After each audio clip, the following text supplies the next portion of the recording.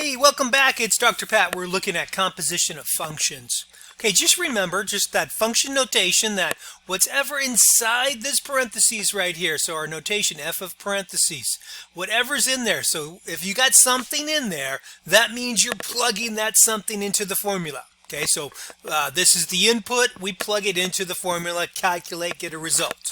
Okay, so we can plug numbers in, we can plug letters to make change of variables kind of idea, different variables, and just note that you can also plug formulas into formulas as well. So we'll be working formulas in this one. Previous, we have done the numbers and the letters to introduce the function notation. Now we're going to do formulas into formulas. Okay, so I'm going to use this site here. This is a site called coolmath.com.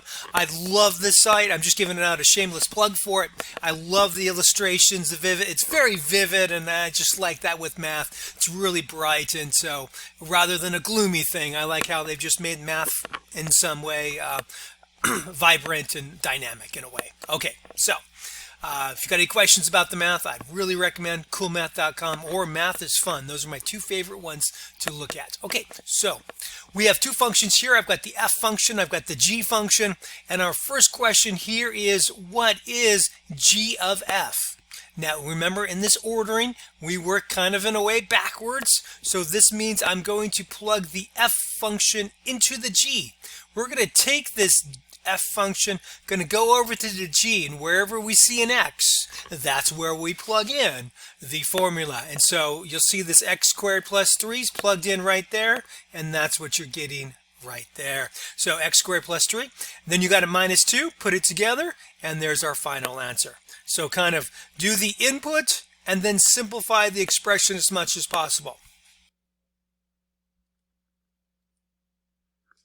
Okay, so then one of the questions that we have would be, can you do it in the opposite directions? Do you get the same results? So some people might be thinking f of g is the same thing as g of 3, because some people are remembering like, oh yeah, 2 times 3 is the same thing as 3 times 2. They both equal 6.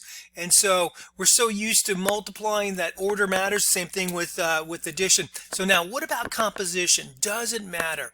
And it does matter. So the direction we do things does matter, because this first equation right here is saying take the g function x minus 2 and then plugging it into this function, and because of that power 2 right there, we would have to expand that out, do that FOIL thing, and simplify.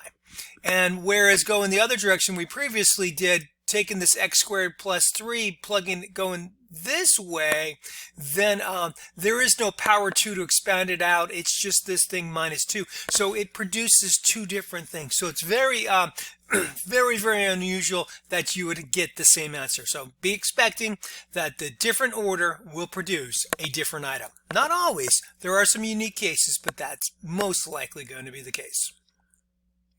All right, so just take a moment, check your understanding. So I've got two functions right here. What I'd like you to do is do g of f and then f of g.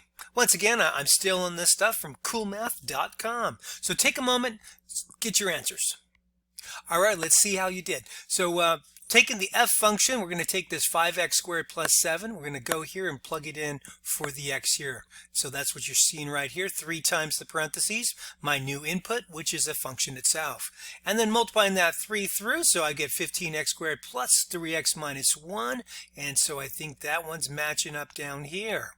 And then for the second one, going the reverse way, I'm going to take 3x minus 1 and plug it in for both of those x's. And that's what you're seeing here.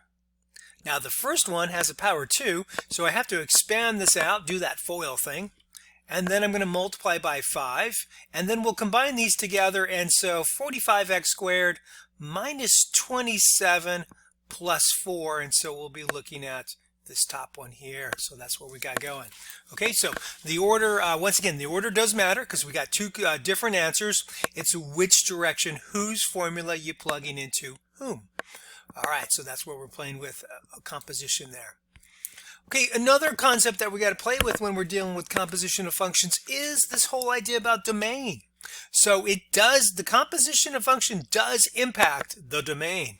All right, so just recall a domain for a function, for a square root. In this case, the domain would be going from 0 to infinity. Okay, so basically 0 and any positive number that we can plug into a square root, as long as we're doing real answers, not imaginaries. And then for the second part, g, the g function, well, there's no restriction here. So this is a negative infinity to infinity. The reason there's no restriction is because it has no fraction, has no square roots, and it has no logarithms. So it's looking pretty well good. It's a nice polynomial, and polynomials go from negative infinity to infinity, all real numbers. Okay, but now let's take a look and see what happens when we do composition of functions. And in this first composition of functions, we're taking the g function, plugging it into the f, taking the x minus 2, plugging it into the x.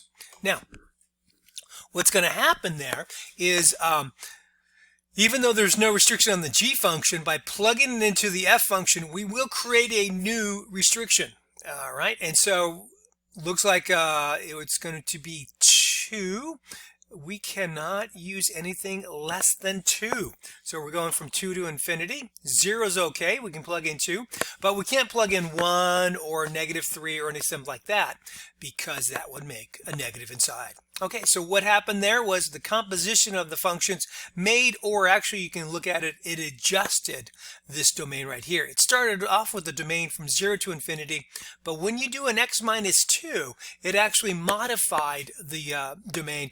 Think of it in terms of transformations from a different mathematical topic. So we've got a transformation. And this next one down here, so this time we are taking the square root function and we're plugging it into the g function. And what happens there is, even though the g function started off going from negative infinity to infinity, by plugging in, by putting in this square root into this function, it has created a domain issue. So now we can only go from 0 to infinity. So we've got a restriction there with it. So basically what's happening here is when you're doing domains, one of the things you want to do is do the domain before simplifying if you got some more complicated things. So do your domain before simplifying. That's my idea. Because what happens is when you do the domain before simplifying, I can't spell worth beans, but do it before simplifying, because maybe some things reduce out. And the catch is I can't talk and write at the same time is the catch. So the catch is if it simplifies out, you see these two functions, this function started with a restricted domain. So if I had a power 2 and I plugged this function into here, you might say, oh dude, the power 2 and the square root cancel each other out and we're left with x minus 2. No restrictions. Well, the catch on that is we're still starting off with the first function as the input, and this thing has a restriction to begin with, and so we need to recognize that where the function started originally when you're dealing with compositions. So that's why I say do the domain before simplifying. Make your composition before you simplify, before you cancel out powers and roots and things like that. Do your domain, then you can simplify the expression, and that expression will still work, but with the restricted domain. So that's what I got for you. Take care. Have a good day.